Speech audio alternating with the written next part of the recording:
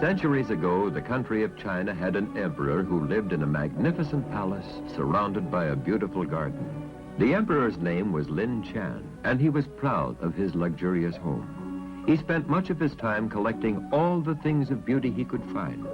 He wanted to have the best of everything to make his palace the showplace of the world.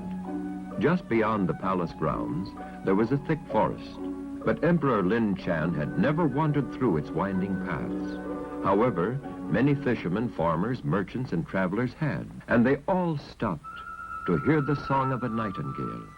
It was the most wonderful melody they had ever heard.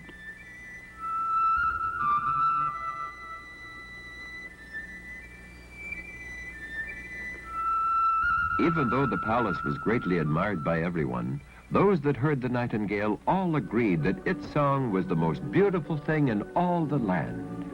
One day, a message was brought to Emperor Lin Chan. It was from another emperor who had visited Lin Chan's country.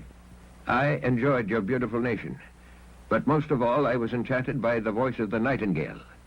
Nightingale? What nightingale? The king was angry. Others had found something beautiful in his own kingdom that he had not discovered. Find me this nightingale! He roared at his chief minister. The frightened minister had never heard of the wonderful bird, but he asked everyone in the palace. No one had heard of the bird, for they always lived within the courtyards. Finally, one kitchen girl said she knew of the bird, for she had often wandered through the woods gathering berries. She led the minister through many paths until they came to a clearing. There on a tree sat the nightingale, and it started to sing.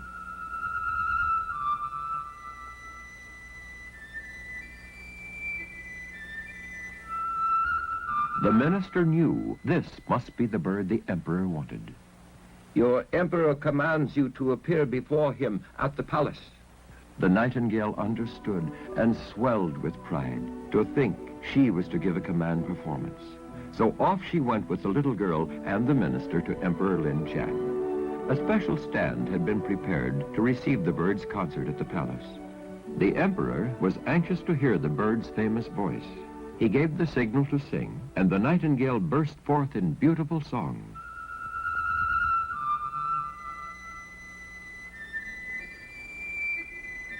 The emperor was amazed at the beautiful song.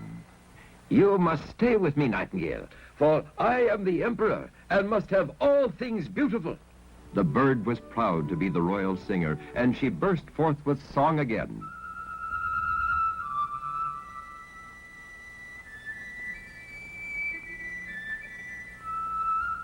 Months passed, and the nightingale continued to please Emperor Lin Chan with her songs.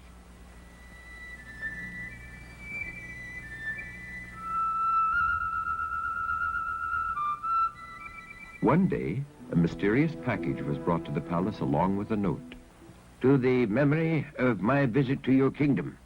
A gift from one of my grateful visitors who enjoyed all this beauty. Indeed, it was a rare gift. A mechanical bird covered with beautiful jewels. What a beautiful present.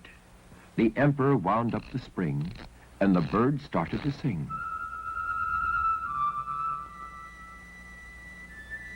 It's the song of the nightingale. True, it was an exact copy of the real bird's voice. This delighted Emperor Lin Chan. Now, I not only have the most beautiful song, but the most beautiful bird, and it will sing for me forever. He was so enchanted by this elegant toy that he played it almost continually. Then one day he said, I have two birds. They shall sing me a duet. But when he looked for the real nightingale, she was gone. The emperor was furious. That ungrateful bird has run off. Never allow it in my palace again, for this shall be the royal singer. And so it was that the mechanical bird continued to give out its beautiful song for the pleasure of Lin Chan. The real nightingale had fled the palace with a broken heart, believing the emperor favored the new singing marvel. She sat among the branches as before, but her voice was stilled. Years passed, and the emperor listened to his beautiful mechanical bird. When one day,